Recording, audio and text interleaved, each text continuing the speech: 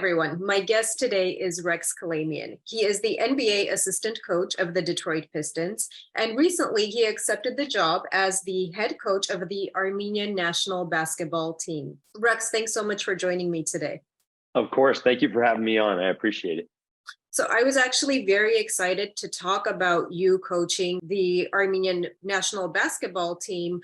But when you reached out to me, I saw the check mark and I saw you with all of these basketball players. And I was like, how do I not know this guy? Because you have had apparently almost a 3-decade-long career in the NBA. Yes. Three Yes. decades. Okay, but did you start when you were 5? Because I was like, this is weird. This is fishy. I was really fortunate to be able to break in the NBA right out of college, honestly. So I'm approaching my 30th NBA season. I went to I attended East Los Angeles College for a couple of years. And after I stopped playing there, one of the coaches that was there on staff said to me, why don't you stay around and help us coach? And I had just assumed that my future in basketball was going to be more in coaching versus playing at the time, right? I think that I was good in a small, what should I say, in a small box. But once other people started catching up to me in terms of skill, size, speed, athleticism, I knew that my days in basketball as a player were kind of limited. And I needed to kind of move forward if I wanted to stay in the sport and reinvent myself. And I got into coaching at a very early age. So what do you feel like set you apart from everyone else that you've been able to have such a successful career? Because before the Pistons, you were with the Clippers for like nearly a decade, right? Yes. You've coached all of the major NBA teams pretty much. Yeah, I've been with 10 different teams. I was with the Clippers twice, 2 different periods, early when I started my career, and then just recently with Doc Rivers and Kawhi Leonard and Paul George and that team a couple of years ago. And I had stints of like 6 years, 7 years with the Oklahoma City Thunder, with Kevin Russell, James Harden, those really, really good, talented teams. 3 years in Toronto with Kyle Lowry and DeMar DeRozan, really good teams there. And I've been very fortunate to have consecutive years in the NBA for so many, 30 consecutive seasons. But I've worked with so many great players along the way, Hall of Fame players, going to be future Hall of Fame players, and great coaches as well. Bill Fitch, starting with Bill Fitch many, many years ago, who's in the Hall of Fame, and George Karl, Doc Rivers, all Hall of Fame coaches, Scott Brooks, just really Luke Walton from the Lakers. I've been very fortunate and being able to be with 10 different organizations. And I'm sorry, just to attribute it to why, I don't know why, other than I go back to my core beliefs and values are based on resiliency, communication, professionalism, and respect. And some of those, honestly, were given to me through my Armenian heritage, right? The resilience part is it's who I am. It's who I feel like Armenian people are as a whole. And I was just lucky enough to realize that I have this quality and try to, build on it every day. But I think as the definition of Armenians is resiliency, honestly. Your grandmother was a genocide survivor, correct? Correct. Yes. And I actually knew my grandmother, and she told me stories. I was younger, and I don't think they resonated as much as they should have, some of these stories, but some did. And I was able to write about them. Actually, I had to do a project as a very young person about my grandmother and about her history. And I have something written, straight from her mouth. So, and it was a very emotional interview that I did with her. But you know, it's really like when somebody said to me the other day, "Are you having a good day or a bad day?" I said, you know, no bad days. Honestly, there are no bad days, and I always go back to my grandmother. I said, you know, and at the age of 12 or 15, she had to enter into an orphanage after losing her family in like 1 week span of time. First her father, then her mother, then her siblings. Basically, she runs for her life. Yevgenia was her first name, and then she lives in an orphanage for a few years until she turns 18, then gets on a boat, travels to Ellis Island, where a family picks her up. Eventually, she meets somebody at an early age, gets married, and all of a sudden she's living in the United States. But like you talk about bad days, I can only imagine how many bad days that woman had, you know, throughout her lifetime. But showed that resiliency throughout her life, and I think that's where I get that from my grandmother and my mother, and it's just been passed down to me. I was watching this interview with Steve Kerr, and I had no idea that his grandparents had actually saved so many Armenians, and that we have basically like a generation of Armenians that were saved because of his grandparents. Is this something you guys had a conversation about? Absolutely. So, you know, I've known Steve for a long time, and Coach Kerr, I would say in the past few years, maybe 5 to 7 years, I learned the story of Steve Kerr's grandparents, and how instrumental they were in just basically going to Armenia, opening up orphanages for, you know, how many thousands, tens, 100,000 kids that came through their orphanages. And when I last summer, I think it was, actually went back to Armenia. I had been there prior, but last summer I went back, and when I came home, I texted Coach Kerr and I told him how like meaningful my trip was, and how I wanted just to thank him for what his family has done for the Armenian community, specifically his grandparents. And we connected and we talked about maybe doing an Armenian Heritage Night, which we did in Golden State after we played them there this year. So we had a great turnout. 500 people came out to listen to Coach Kerr and myself after the game, and we held a nice kind of like forum there. Claudia Leist works with the Golden State Warriors, and she also runs an organization called Hoops for Hayastan, and she put this on for us and connected us and made it work. But Steve Kerr is an amazing, not only amazing coach, but he has an amazing family, obviously. So tell me about coaching the Armenian national basketball team. How did this come about? I know that this is a really big deal also because there's a game this coming week, and it's the first time that the team is coming to the US, and it's because of you. So can you share some details, please? Yeah, well, last year we went to Armenia. We had a training camp with our national team in Armenia. Then we went to Malta and we played in the European Small Countries Championship, which we won the gold medal in. So it was really cool. At that time, we started talking about the next summer and what we're going to do with the national team, which would be this summer.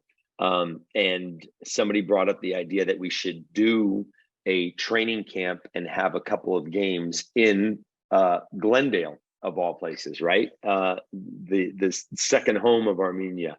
And we started talking about it, and the Armenian Basketball Federation in Yerevan reached out to me throughout the year and continued to piece this together and said, we really want to bring our team to Southern California so the diaspora there can see what we're doing and kind of feel a sense of pride in having a national basketball team, because Armenia they haven't excelled as much in team sports as much as they have individual sports, right? The wrestling and boxing and different things that they've done really well, weightlifting, and have been great, but we're trying to promote now a team sport, especially in my mind, the biggest sport in the world right now, basketball, next to maybe soccer.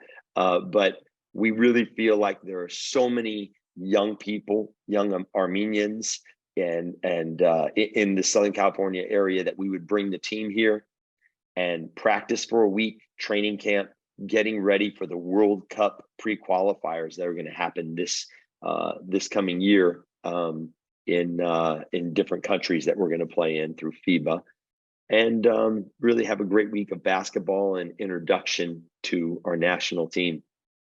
So what has it been like coaching the Armenian basketball team versus your experience with the NBA? How is it similar? How is it different? It's much different. It's much different. I think the biggest difference, honestly, is I personally I have to come in and show a little more patience, I think, than I do even in the NBA. I think in the NBA, there's a lot more. I think players catch on a lot quicker in the NBA as to what we're doing because they have a foundation maybe already of terminology, of philosophy of how we want to play. With Armenia basketball, I'm getting 14 players from all over the world that are Armenian. They have Armenian passport citizenship, but they're playing for different teams and they're all coming together. And in 1 week, we're having a training camp and we're trying to put in philosophies and fundamentals that I want these guys to work on moving forward. And it's a different terminology. It's almost like a different language that I'm trying to teach Armenia, right? In terms of basketball and what I call things. I only know NBA basketball. I've been in the NBA so long. It's the only way I know how to speak is in NBA terms. And now I'm getting players from different places and different places, different teams in different countries, and we all need to speak the same language, so to speak, at the same time. So it's a little bit of a challenge, but we have an unbelievable team, and our guys, the character on our team is tremendous, and it's one of the most proud things I've ever done as a basketball coach is coach this team last summer to a gold medal in Malta. So this upcoming game is a really big deal because they're going to be competing with France, and it's a really amazing team too, I hear. Yes, France is fifth in the world in terms of their country ranking through FIBA athletics, and I think we're currently something like 87th ranked in the world, and I think there's almost probably 200 countries, right, that compete in FIBA, so and that are ranked, but it's going to be a definite challenge. Our team, and that's the one thing, is that we're going to start practice here in the next very short amount of time, and I'm going to ask our players to really, really focus and catch on as soon as possible, and come in and give your best effort. It's going to be about a week worth of practice and then a couple of games against France. And it's a good test for us, and it's a good barometer to see where we are against some of the, better competition in the world. So, but like I said earlier, we have a great team, and we just got a commitment from Oganesyan, who is probably, in my opinion, maybe end up being the best Armenian basketball player of all time. We have great players like Andre Spite, who's been in the system with Armenia basketball for a very long time, and some local players, and then some that, like I said, are coming from Armenia and Spain and different places. So how much time do you actually get to spend with a team before they compete? Well, in this case, for this week, it's going to be 6 practices. We'll do a little bit in the morning, a little bit in the evening. We'll get together, we'll have 6 practices, and then we'll play 2 games. Last year, when we had a little more time, we met in Yerevan, and we had a 2.5-week training camp in Yerevan before we went on to play. It's the resources that we have limit our training and our practice time here in the States, if that makes sense. It's much more affordable to do a 2.5 week training camp in Armenia than it is to bring the entire team and the staff and have everybody here in the Glendale area for a large amount of time, long amount of time. So that's it kind of resources and the funding kind of dictate how much we're able to do. So I want to explain to our viewers why it's actually important for them to come to the US and to compete with a team like France, and like what is at stake and why is it important for the Armenian community to support and to buy tickets and come to this game, and how can businesses get involved and perhaps become sponsors, and what other kind of non-financial help does the team need in order to succeed? Like, how can we all come together and support the team? Well, like in Southern California, there's so many Armenian basketball fans, right? A lot of them are Laker fans and a lot of them are Clipper fans, right? I worked for the Clippers, so I've seen that segment of the Armenian population that are Clipper fans, and there's obviously a lot of Laker love, and as there should be. But the one thing that I think that the Armenian community can come together on in terms of representing or cheering for a team is Armenia basketball. And my goal with Armenia basketball, honestly, is that there are no divisions within Armenia basketball. I don't care much about what area, what club, who you're representing on it doesn't matter to me.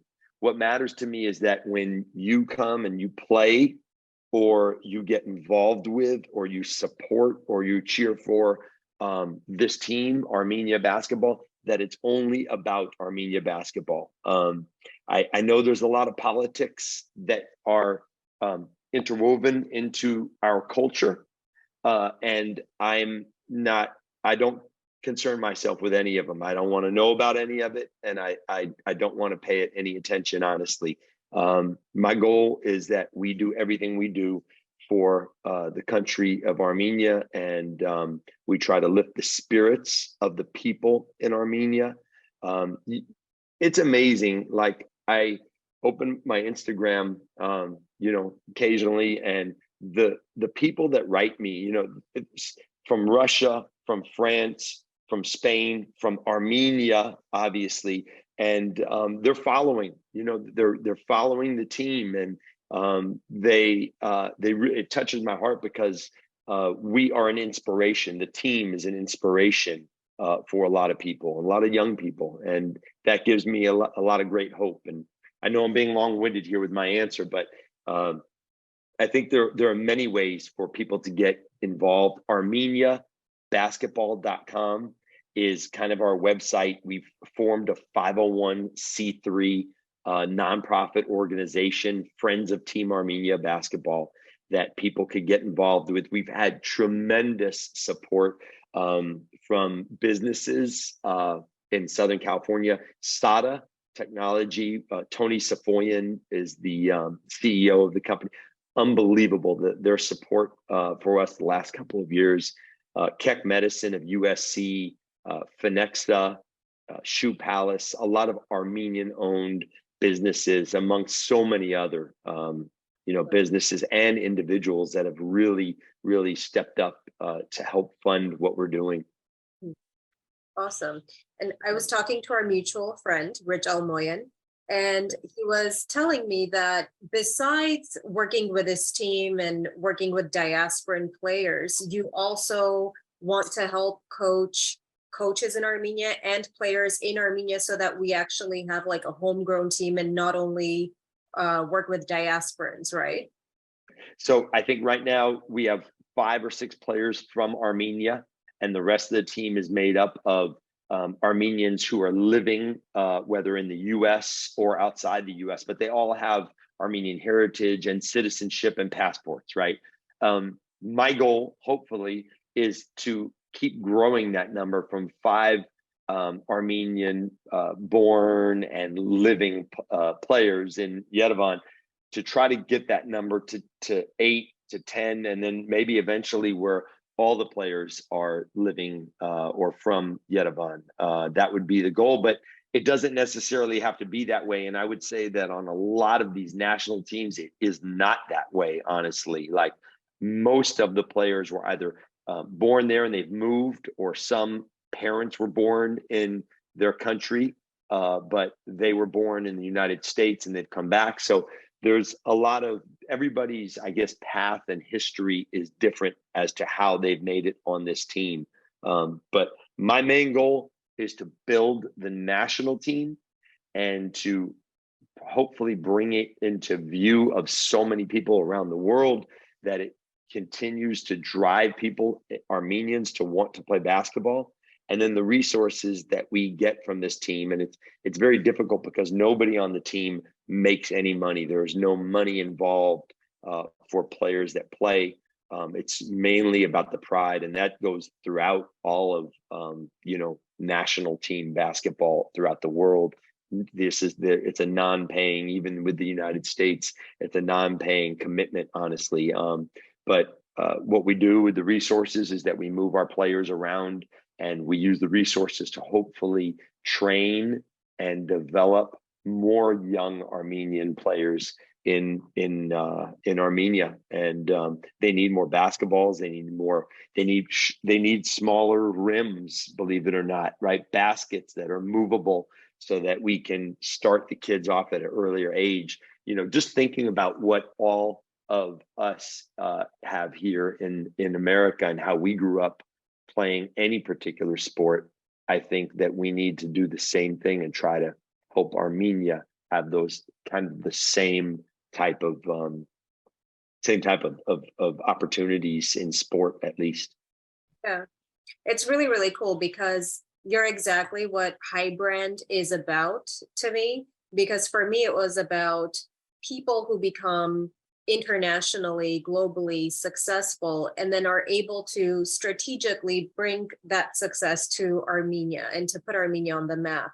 And it's exactly what you're doing, and it's really so cool. And I really hope everybody will support and help this to become even more successful than what you've already been able to achieve in just a year with the team. Yeah, I appreciate that. And I just want to say, I think, like, I get a lot of mail from people, and they say, well, we need to start this at the youth level and we need to build it up. And I don't disagree with that, but I would say that I have a different view on it. I'm starting it at the very top, in my opinion, with the national team. And I want to get the best national players, the best Armenian players in the world together. And I want to show the Armenian basketball world what we can accomplish and how we can play. And then I want to build it so that it trickles down, honestly, to all the youth. And I think that we're going to get more awareness, more individual and collective businesses to hopefully jump in and say, I want to be part of this. And not only do I want to help the national team, but if it seeps down into the youth of Armenia in Armenia, I love that. And if it helps fund some basketball courts in Armenia, which desperately need to be like redone, then that's, all this, hopefully any of the money that we're able to make will go towards that. Well, I mean, great strategy has been a fundamental part of your career. So if that's how you feel like it should be done, I'm not questioning it. That's for sure. So am I allowed to ask you about your interview not too long ago with the Detroit Pistons to become the head coach? Yes. Yeah. I did interview. Unfortunately, I did not get the job, but I was one of the, whatever it was, a handful of people that they interviewed for the head coaching job of the Detroit Pistons. It's and I explained this to my kids, whether I got the job or not, really, for me, wasn't as necessarily the point of being in the conversation of interviewing for a head coach in the NBA. is in itself, to me, an accomplishment. And I tried to, you know, explain that to my children and really any other people that listen, is that like, you know, I know what I'm capable of. I know what, you know, my career has been about, and I know where I would like to continue to go with it. I would love to be a head coach in the NBA.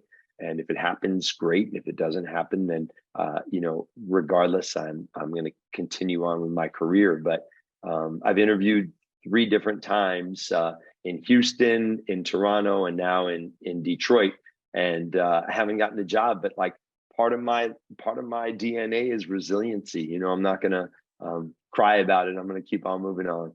Yeah. You know, I mean, it's really interesting how sometimes it's all about the timing of things. And it's interesting that this opportunity with Armenia came about now, because with even just what you've been able to accomplish with a team in a year, I think it really shows shows your professionalism and what you're able to do, what you're able to achieve. And I think it's really cool to be able to do that with a team that needs it so much more now. And then I'm sure the time is going to come where you're going to do that with NBA too.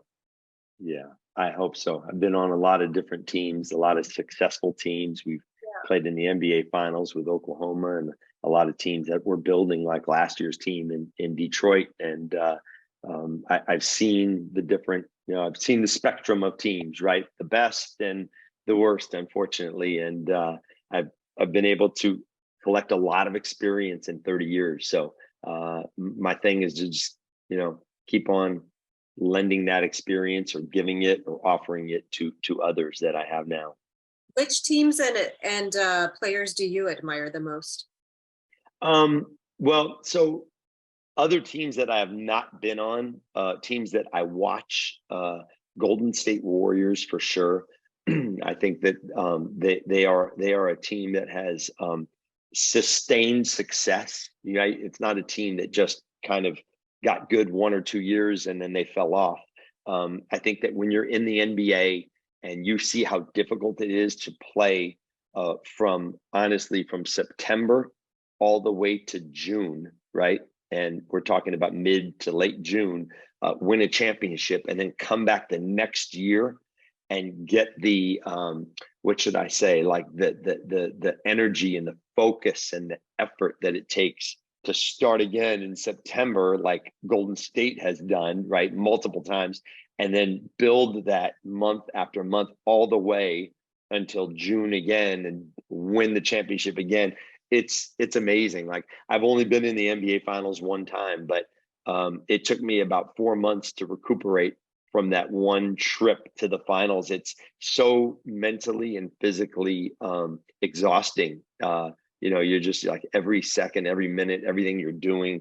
You know, even as a coach, I can imagine how players feel, but as a coach, you're really mentally locked into what you're doing, and the mistakes are, you know, more apparent, unfortunately, right? And they sit on your mind a little bit longer than all the good things that you did when you get to that level. But Golden State Warriors, Steve Kerr, obviously, I'm a big fan of their program and how they've been able to do things. I mean, it's obviously one of the most competitive fields. So what do you find to be most frustrating in your job? Because I could see all of the highlights and all of the rewarding kind of aspects of the job, but what do you find is the most stressful, frustrating thing for you? Well, you know, personally, I've gotten used to it, but there's a lot of sacrifice that goes into being an NBA assistant coach. I think that you know, people don't really know the hours that are involved with being a coach. You know, just on a regular day, when you wake up and you get to the practice facility, you start watching film, breaking film down, getting together with players, showing them individual film, collectively watching film with the team, practicing, and then after practice, relationship building with your players, and how long you have to just sit with players and build and communicate. Because if you're going to coach, teach, or preach, whatever you're going to do with that player, you better build up a relationship, and you better have great communication. And that's what I always try to do with all players, and that takes time, as you know. It's not something that is an overnight thing. Like I want to coach the players that I coach the hardest during the most difficult moments, and in order to do that, you need to have a foundation built with them that they know you are there for their best interest. And guys like I always go back to the Oklahoma City teams, because Kevin Durant and Russell Westbrook, James Harden, those guys were phenomenal. They were all MVPs at different times of their career. And they've all been, collectively, they were really good. And now individually, they've all become stars. But the common denominator that they had, the thread that they had, was that they all wanted to be great, and they all had a great work ethic. And the thing that bothers me sometimes are these players that are tremendous. They have ability and they have skill and they have talent, but maybe no work ethic, and it's, everybody doesn't have it. And that's why the NBA has a span of, like, I think it's 3.5 years of anybody that comes into the NBA, their life expectancy in the NBA as a career is about 3.5 years. And, the NBA gets a lot of people in, and then if you can't sustain whatever it is, the work ethic and the schedule, you kind of get filtered out quickly, and new players come in very fast in this league. So what traits do you feel like Connor Asagian, his name was? Oh, yeah. Yes. What do you feel like he has that compares to these star players that you admire and respect? Why do you feel like he's going to be the best Armenian basketball player? Well, so far, I'm going to get a chance to coach him this week. I haven't been in front of him yet, but we've spoken on the phone many times, and he is, he's already excelled throughout his high school years and what he's done in high school and in Indiana State, high school championships and scoring records and everything he's done coming from Indiana. Getting to the University of Wisconsin, which is a big time program, his ability to excel as a freshman at the University of Wisconsin and start almost the entire season, averaging, I think it was almost 14 points he averaged this year. He has shown that he's ready to make the next jump. And I think that honestly, like his skill level, his shooting, his work ethic, from what I could tell already, is through the roof. And I think he's just going to continue to build and get better. And I'm going to try to help him in any way I possibly can with what I know and how I know how to make the NBA, and try to give him a successful career, because I think that he will be at some point the first Armenian to ever play in the NBA, in my opinion. Wow. Okay. That's really impressive. Yes. Cool. Yes. So what are your personal goals in the next 10 years of your career? What, like, if everything could go exactly the way you wanted, how would you want your career to go? Well, I still feel like in the NBA, I have a long career left. I would like to continue to stretch my NBA career out and continue teaching young players. I would love to be on a team that contends for the NBA championship again. I've been with those teams, with Oklahoma, with Toronto. We contended, we were right there. And with the Los Angeles Clippers a few years ago, before COVID hit, we were one of the best teams in the NBA. And, I just would love to get back to a winning situation. And they're difficult to find in the NBA. There's 30 teams in the NBA, and not every team wins. Not every team has a chance to win every night. So these jobs are extremely difficult to find and then to keep sometimes. And we've seen all the coaching changes every summer. There's 7 or 8 new jobs open, and it's just wild. Professional sports has become so competitive. But my goal in the NBA is that, and my goal with Armenia basketball really is to continue to compete and build and try to find the best Armenian basketball players wherever they are around the world.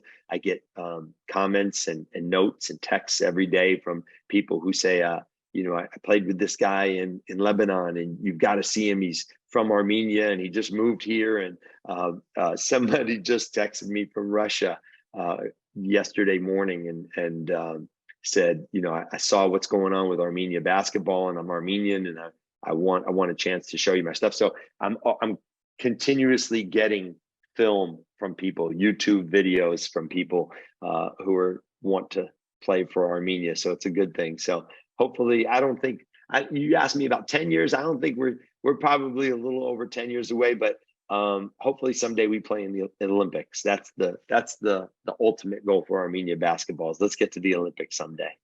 That's cool. You touched on politics in Armenian sports and Armenian basketball, and kind of not wanting to take any part of it, and you just want to focus on the game. But politics have kind of been seeping into the NBA and into other sports in the US as well. How do you deal with that? Yeah, we've been through a lot, right? Society, our society has been through a lot. And I think that, a lot of times you're asked to stand over here or stand over there or stand for something. I just prefer for myself, I prefer to really just focus and concentrate on the individuals, on the team, and what we're trying to accomplish. And I really try to keep a lot of the politics of everything out of basketball. I especially with Armenian basketball, because there are so many divisions. It feels like, whether it's the clubs or where you were born or where you're living now, there's a lot going on, but we're too small of a community, right? Armenia is too small of a nation to be divided, right? And our strength honestly is not in our numbers, but it's in how we bond together. And I think that is really true, whether people want to believe that or not. Wherever I go, whatever team I'm with, Toronto, Oklahoma, Minnesota, Denver, Sacramento, Clippers, all these different places I've been, there's always an Armenian community or an Armenian family that reaches out to me and says, "Hey, coach, welcome to our community. We want to have you over for dinner, right? We want you to come to our family." I already know whatever my next team is, somebody's going to reach out to me and say, "Hey, you're our brother, you're our friend, whatever, come over," right? And that's the cool thing about being an Armenian, honestly, is that you never feel like you're isolated. There's always somebody there to help you and bring you in. That's true. It's a really supportive community, and I think it's one of our strongest assets. Yes, I agree. Totally. Yeah, awesome. Well, Rex, thank you so much for joining me today. This was such an interesting conversation. I told you, I only have guests on if I'm actually personally to learn about them and their career. So this was a really cool chat. Thank you. Awesome. I do want to say, though, for everybody that's wondering about how to purchase tickets to the game against France, or the two games, honestly, June 16 and 17, you could go on armeniabasketball.com.